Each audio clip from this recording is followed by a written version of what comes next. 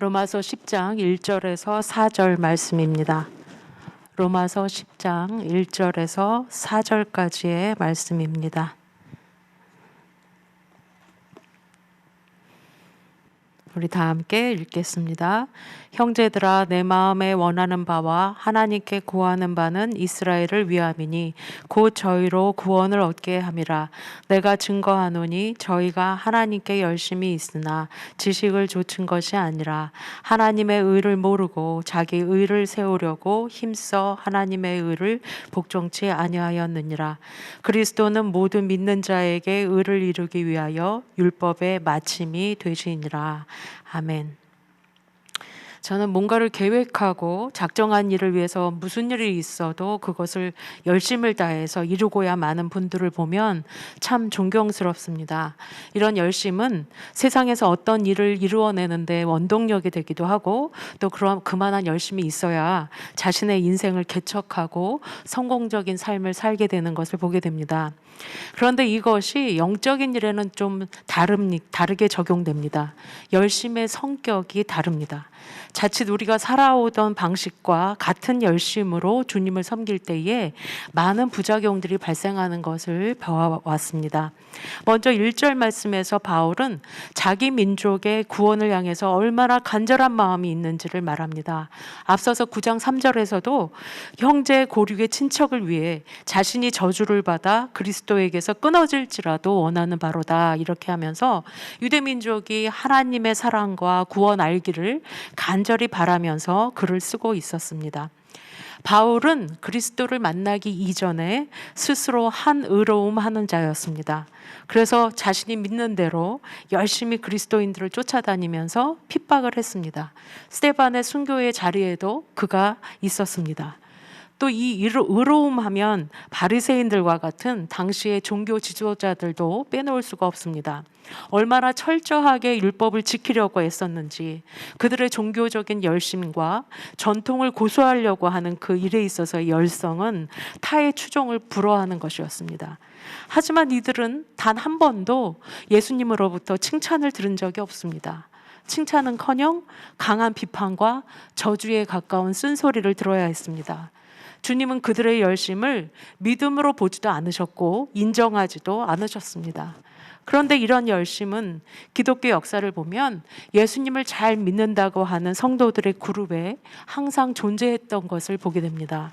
고린도 교회에 있었던 나는 아볼로파다, 바울파다, 게바파다 하는 그 분당들의 하는 일들이나 또 그 밖에 교회 내에서 일어나는 그 수많은 문제들은 사실 신앙에 별 관심이 없거나 믿음이 없는 사람이나 초신자에 의해서 일어나는 일이 거의 없습니다. 항상 열심히 교회를 섬기는 사람들, 주님을 위해 헌신한다고 하는 사람들 사이에 문제가 발생했던 일들입니다. 바울 자신도 잘못된 열심을 내어보았었기 때문에 유대인들을 향해서 더 자신 있게 말할 수 있어 보입니다. 내가 가만 보니 저희가 하나님께 대한 열심은 있지만 바른 지식을 쫓은 것이 아니다. 그들은 하나님의 의를 모르고 하고 있다. 하나님의 의를 위해서가 아니라 자신의 의를 세우기 위해 힘쓰고 있고 하나님의 의에 복종하지도 않는다라고 오늘 말합니다. 유대인들의 종교적 열심은 정말 대단한 거였습니다. 그런데 그것이 참 복음과 제대로 된 믿음에서 비롯된 것이 아니라 잘못된 말씀 지식을 따른 것이었던 것입니다. 이들은 율법을 지키고 선행을 하면 구원에 이를 줄 믿었으니 그 행위 자체에 집중하고 자신의 의로움을 드러내면서도 그것이 참 신앙에서 얼마나 벗어나 있는지를 깨닫지 못했습니다. 그들의 신앙은 믿음에서 비롯된 것이 아니었고 자기 도취적인 열심이었고 믿음이 좋다 착각하고 남에게 보이려는 기만적인 신앙이었습니다. 그 열심의 근거가 믿음이 아니라 자기의 의로움이었습니다. 오죽하면 주님께서 서기관과 바리새인들을 향해서 회칠한 무덤이라 비유하셨겠습니까? 그들은 자신의 기준에 옳다고 생각하는 것들을 주장하고 또 내가 이만큼 율법을 지켰다고 하는 자랑하기에 여념이 없었습니다. 잘못된 신념을, 또 세상이 옳다 여기는 것을, 또 율법에 지키려고 하는 자기의 행위 자체를 믿음으로 여겨서 무의식까지 뿌리 깊게 우월감에 빠져 있었습니다. 나는 택함 받은 사람이다, 나는 지도자다, 율법을 가진 자다라는 것입니다. 요즘의 신앙생활로 비유하면 나는 직분자다, 성경에 해박하다, 신앙의 연륜과 헌신 봉사한 시간이 얼마나 오래되었는지 모른다 라면서 자신의 목소리를 높이는 겁니다. 중요한 것은 열심의 여부 이전에 누구의 열심으로 하는가라는 그 출처의 문제입니다. 이사야 9장 7절에 정사와 평강의 덤이 무궁하며 또 다윗의 위에 앉아서 그 나라를 굳게 세우고 자금 이후 영원토록 공평과 정의로 그것을 보존하실 것이라, 만군의 여호와의 열심이 이것을 이루리라 하셨습니다. 열왕기하 19장 31절에도 남은 자는 예루살렘에서 나올 것이요 피하는 자는 시온산에서부터 나오리니 여호와의 열심이 이를 이루시리라 하셨습니다. 영적인 일은 하나님의 열심이 근거가 되어야 됩니다. 하나님이 하시는 일에 내가 동참하는 거지, 내가 하려는 일을 하나님이 도우시게 하는 것이 아닙니다. 하나님의 일하심을 믿지 못해서 내가 앞서거나 하나님의 의를 모르고 하는 인간의 열심은 육적으로 치우치게 됩니다. 그래서 하나님의 행하심을 기대하지도 못하고 기다리지도 않습니다. 하나님의 뜻을 그르치게 됩니다. 혈기와 주장이 나타나게 됩니다. 베드로도 이런 경험이 있었습니다. 예수님께서 자기가 많은 고난을 받고 죽임을 당할 것을 제자들한테 말씀하시자 베드로가 호기롭게 나서서 말합니다. 이 부분이 개역개정 번역으로는 이렇게 되어 있습니다. 베드로가 예수를 붙들고 항변하여 이르되 주여 그리 마옵소서, 이 일이 결코 죽게 미치지 아니하리이다 라고 단정하고 선언을 합니다. 그리고 대들듯이 반항하듯이 주의 뜻을 자기가 대변하듯이 말을 하고 있습니다. 또 그는 주님을 잡아가려고 했던 로마 군인인데 군병의 귀를 잘라버리기도 했었습니다. 사람의 눈치를 보지도 않고 담대하게 자신의 선생님을 지키려고 하는 그의 모습이 정말 멋지지 않습니까? 그리고 가룟 유다도 값비싼 향유를 예수님의 발에 붓는 여인을 향해서 비난합니다. 저 아까운 것을 낭비하다니, 저렇게 허비할 것이 있으면 차라리 저 돈으로 가난한 사람들을 도우면 많이 도울 수 있을 텐데. 앞서 말씀드린 그 베드로의 행동 다음에 주님의 대답이 무엇이었는지 여러분 기억하십니까?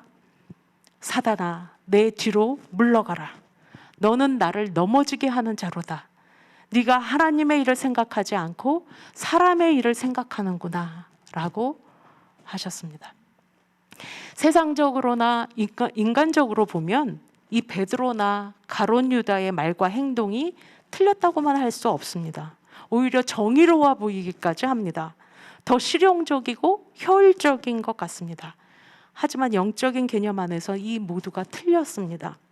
하나님의 뜻과 다른 철저히 인간적인 데서 나온 행동이었습니다. 하나님의 사역을 방해했습니다. 영의 일은 세상의 일과 다릅니다. 영의 일은 영으로만 감당할 수 있습니다. 세상의 법칙은 이겨야 하고 남을 짓밟고서라도 살아내야 되지만 주님의 길을 따른다는 것, 믿음으로 산다라는 것은 지는 것을 배우고 내가 죽는 것을 선택하는 길입니다. 이것이 영적인 것입니다. 베드로와 제자들에게 주님께서 계속해서 말씀하십니다. 누구든지 나를 따라오려거든 자기를 부인하고 자기 십자가를 지고 나를 따를 것이니라. 자기를 부인하는 일이 없이, 자신을 십자가에 못 박는 일이 없이는 주님의 생각을 따를 수가 없습니다. 오늘 바울이 유대인들에게 지식을 쫓은 것이 아니다, 또 하나님의 의를 모르고 자기의 의를 힘써 세우려고 한다라는 말의 내용이 이러한 것들입니다. 2절에 저희가 하나님께 열심히 있으나 라고 한 것처럼 그들은 열심으로 주님을 섬겼고 믿었습니다. 그리고 자신들의 행하는 모든 종교적인 행위라든가 율법을 지키는 모든 것이 하나님 앞에 합당하고 하나님을 위한 것이라고 확신했습니다. 하지만 그들은 하나님의 소리보다 자신의 소리가 더 컸고 하나님이 일하시기 전에 먼저 행동했습니다. 하나님의 뜻을 묻는 겸손한 기도가 빠져 있었습니다. 그들은 기도나 제사와 같은 경건에 속한 일조차도 자기를 드러내기에 바빴습니다. 때로는 이런 것들이 겉으로는 구분이 잘 되지 않을 때가 많습니다. 그런데 그럴 때는 열매를 보면 압니다. 자기의 의로움으로 행하는 일에는 성령의 열매가 맺히질 않습니다. 화평과 온유와 절제가 아니라 분열과 시기와 미움이 일어납니다. 화합과 평화가 아니라 균열되고 이가 나는 일이 생깁니다. 겉으로는 선악과처럼 보암직하고 먹음직하게 그럴듯해 보여도 그 안에 하나님의 속성인 선함이 없습니다. 이건 정말 무서운 일입니다. 이런 일은 바리새인들처럼 어떤 특정한 부류에게만 있을 수 있는 게 아닙니다. 모든 성도가 이런 잘못에 빠질 수 있습니다. 내가 교회를 위해 얼마나 수고했는데, 얼마나 많은 구제를 했고, 얼마나 선한 영향력을 끼쳤고, 선행을 했고, 얼마나 충성했는데 라는 마음을 지니는 순간 우리 모두 이런 오류에 빠질 수 있습니다. 궁금증을 지닌 부자 청년이 예수님께 찾아왔습니다. 선생님, 내가 무슨 선한 일을 해야 영생을 얻을 수 있겠습니까? 라고 질문합니다. 주님의 답은 어찌하여 선한 일을 나에게 묻느냐? 선한 이는 오직 한 분이시다. 이렇게 답하십니다. 청년의 질문부터가 잘못되었다는 겁니다. 영생이란 어떤 행위로 받을 수 있는 것도 아니고, 선을 행한다고 한들 사람을 구원할 만한 것이 애초에 사람에게 존재하지 않습니다. 선한 존재는 오직 하나님 한 분뿐이십니다. 계속해서 주님이 말씀하십니다. 네가 생명에 들어가려면 계명을 지켜라. 네, 주님, 나 그거 어릴 때부터 다 지켜왔습니다. 그런데 아직도 무엇이 부족합니까? 라고 질문합니다. 청년은 이해가 안 됩니다. 나름 열심히 계명을 지키며 성실하게 살았습니다. 이것만 해도 대단하지 않습니까? 성실하고 선을 행하고 거기다가 재물까지 두루 갖춘 청년입니다. 세상의 가치로 보면 이런 사람이 구원받아야 되는 거 아닌가 싶습니다. 뭐가 더 필요하겠습니까? 그런데 세상에서 남들이 부러워할 만한 삶을 살고 있는 이 청년이, 아쉬울 것 없는 사람이 굳이 예수님을 왜 찾아왔을까? 아마도 그의 마음속에 영생에 대한 궁금증, 구원에 대한 질문, 영적인 일에 대한 갈증이 있었던 것으로 보입니다. 이상한 겁니다. 분명 자신은 부족한 것이 없고 남에게 손가락질 받을 일도 없이 모범적으로 살아왔는데 구원의 확신이 없고 내면에 깊은 평강이 없습니다.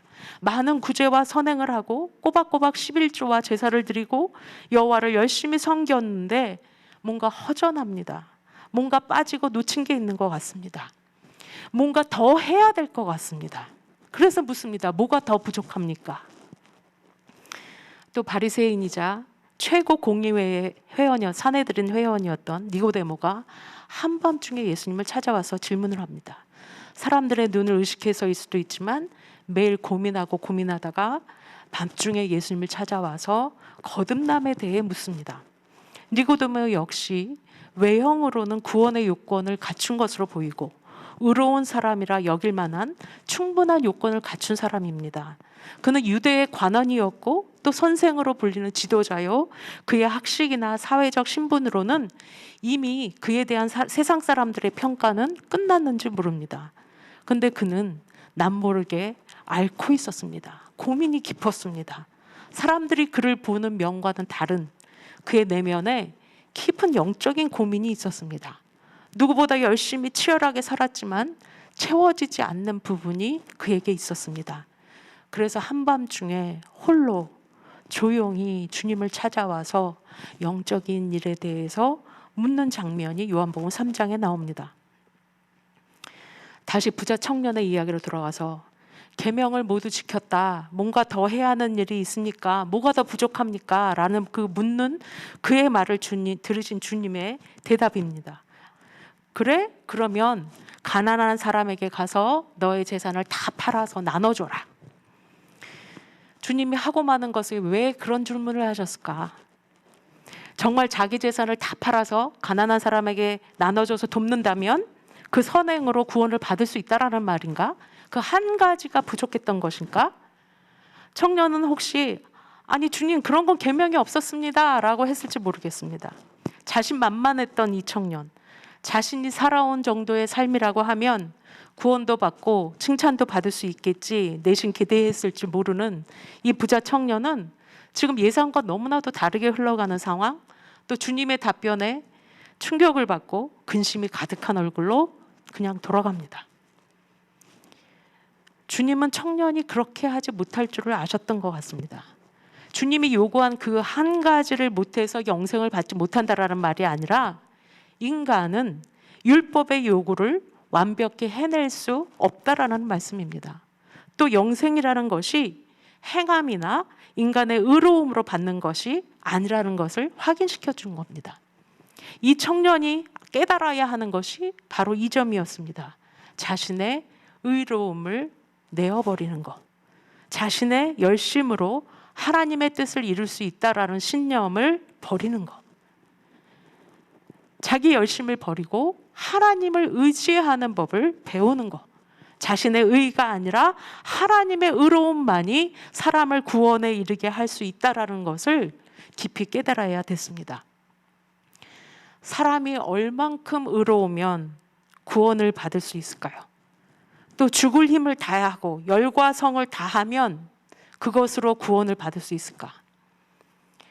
주님은 형제에게 노하는 자마다 심판을 받게 될 것이다. 라가라고 욕만 해도 공회에 잡히게 된다. 미련한 놈이라고 하면 지옥불에 들어간다. 이런 엄청난 무서운 말씀을 하셨습니다. 또 여자를 보면서 마음으로 음욕을 품기만 해도 이미 가늠한 것이다. 이런 말씀을 하셨습니다. 이런 율법의 잣대에서 자유로울 수 있는 사람이 있기는 하며 그런 율법을 온전히 지키는 것이 우리에게 가능하기나 한 걸까요? 사람은 결코 그럴 수가 없습니다. 외형만 보고 판단한다면 가능할지 모릅니다. 하지만 우리의 마음을 감찰하시고 모든 것을 보시는 하나님 앞에서 우리는 율법적으로 온전한 존재가 될 수 없습니다. 그래서 행위로 구원을 얻는다라는 논리 자체가 거짓이고 그건 그저 자신을 의로운 줄 속이고 착각하는 것입니다. 로마서 3장 20절 그러므로 율법의 행위로 그의 앞에 의롭다 하심을 얻을 육체가 없나니 율법으로는 죄를 깨달음이니라 하셨습니다. 행위로 의롭다 함을 얻기는커녕 율법 앞에 설 때마다 우리는 나의 죄인됨을 깨닫게 됩니다. 그리고 그 깨닫게 되는 것이 은혜입니다.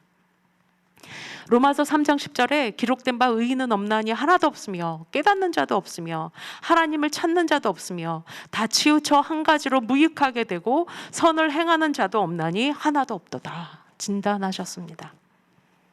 그럼 여기서 말씀하시는 하나님의 의, 우리를 구원하신다는 하나님의 의는 무엇을 말씀하는 거겠습니까? 오늘 4절 말씀에 그 해답이 나와 있습니다. 하나님의 의는 바로 예수 그리스도이십니다. 그리고 그를 통해 이루신 속죄 사역입니다.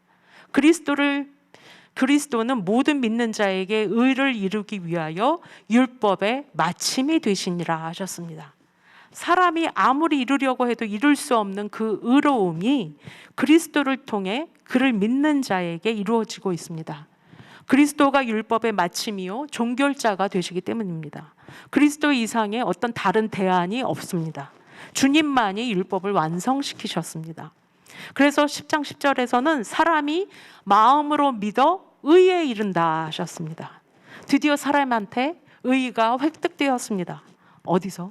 그리스도를 믿는 믿음으로 얻어졌습니다. 우리를 구하시려는 하나님의 열심이 그리스도의 대속 사역을 완성하셨습니다. 우리가 하나님을 섬기는 열심은 바로 이 그리스도의 열심으로 행하는 거여야 됩니다. 내가 아니라 그리스도로 행하는 열심입니다. 내 생각과 내 주장이 아니라 하나님이 기뻐하시는 방법과 말씀하시는 것을 따르는 열심이어야 합니다. 내 힘과 의지가 아니라 하나님의 뜻을 묻는 겸허함 속에 성령의 힘으로 영으로 감당하는 열심이어야 합니다. 제 개인적으로는 이민교회를 섬길 때에 참 많은 분열들을 보았습니다. 교회가 쪼개지고 그 쪼개진 교회가 또 쪼개지는 거 2차, 3차로 막 쪼개지는 것들을 참 많이 봤습니다. 그 속을 들여다보면 하나같이 교회 안에서 열심인들 분들 사이에 문제가 일어납니다. 왜 그럴까 살펴보면 오늘의 말씀처럼 사람들이 하나님의 의를 알지 못하고 자기 의로움으로, 자기 열심으로 행하는 모습을 보게 됩니다. 이런 열심은 차라리 열심을 내지 않는 것이 더 낫습니다. 이 가운데 사탄이 틈을 타고 교회를 갈라놓고 성도 사이를 이간시키는 것을 너무도 많이 보았습니다. 하나님의 뜻을 따르지 못하게 하고, 그런데도 본인들은 하나님의 일을 하고 있다고 확신하고 있는 것을 봅니다. 그러니 정말 대책이 없고 교회가 지속적으로 갈라지고 상처를 입는 것을 보았습니다. 율법의 마침 종결자가 되시는 대속의 그리스도의 뜻, 그의 의는 그럼 무엇이겠습니까? 그리스도가의 대속을 어떤 방법으로 이루셨습니까? 십자가입니다. 십자가. 그 십자가는 하나님의 사랑의 표시였습니다. 율법은 십자가에서 자신의 모든 것을 쏟아 부으신 그분의 사랑으로 완성된 것입니다.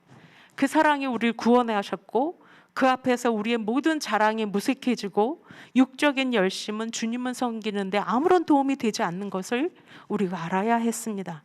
자신을 내어주시기까지 우리를 사랑하신 주님은 사랑하는 자들아, 내가 너희를 사랑한 것 같이 너희도 서로 사랑하여라 부탁하셨습니다.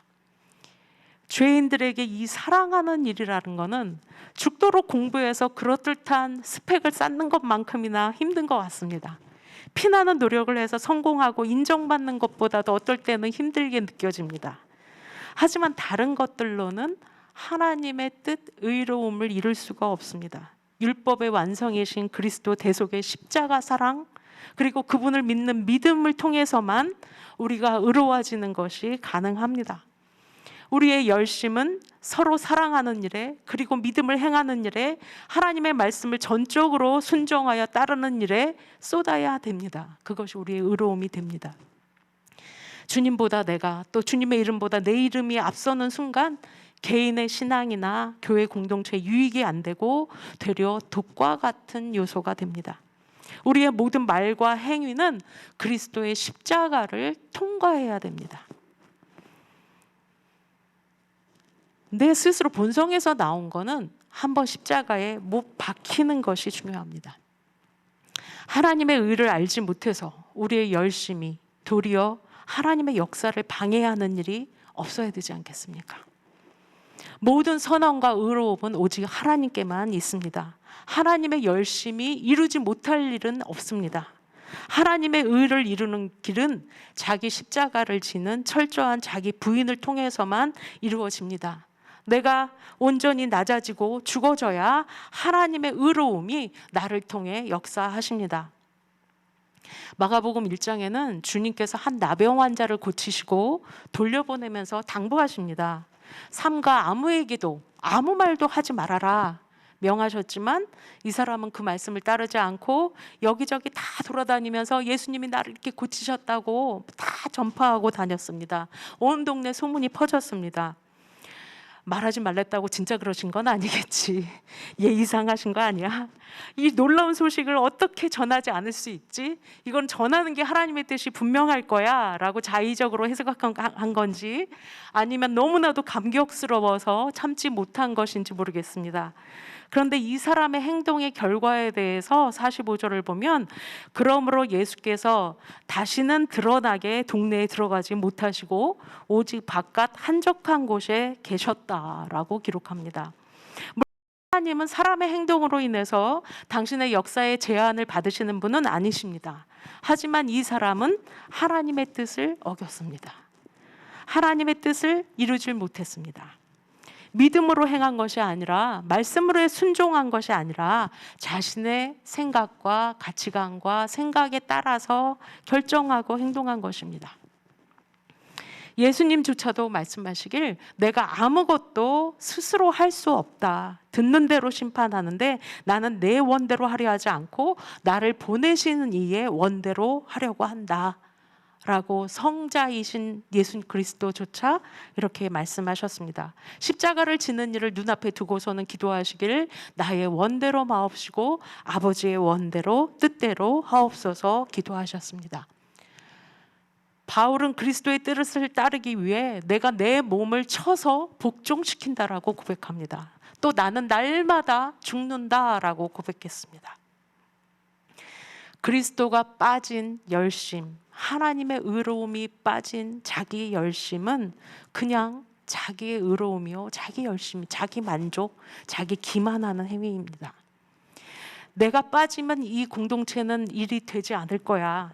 잘 돌아갈까? 내가 없으면 안 돼라는 마음이 혹시라도 든다면 그때는 진짜 내가 좀 나를 내려놔야 될 시기입니다. 하나님이 하시도록 비켜드려야 됩니다. 내가 아니라 하나님의 열심히 이루시는 겁니다.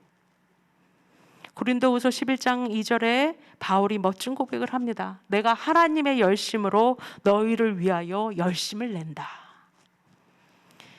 이 시간 우리의 의로움, 우리의 열심이 어디서 온 것인지를 돌이켜보길 원합니다. 믿음과 순종, 십자가가 아니라 나의 의로움, 나의 열심으로 행한 부분은 없는지 우리가 돌이키길 원합니다. 아니면 그 무엇으로든 아예 열심을 낸 적도 없다면 그것도 우리는 깊이 회개해야 합니다. 하나님은 우리를 통해 일하시고 일하시길 원하십니다. 지금도 당신의 역사를 멈추지 않고 쉬지 않고 일하시고 계십니다.